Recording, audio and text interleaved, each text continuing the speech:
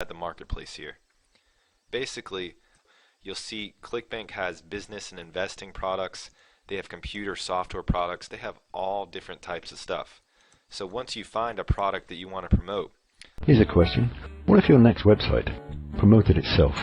Where would you send the traffic to?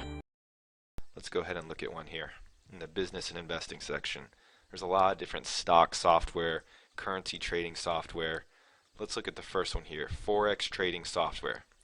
So basically, if you were to promote this software and somebody were to come to your blog or website and click on your link, and then they go to the person's website and buy the product, you would get a $53 sale for promoting that product. ClickBank is really an awesome network to get involved with. Here's a question. What if your next website promoted itself?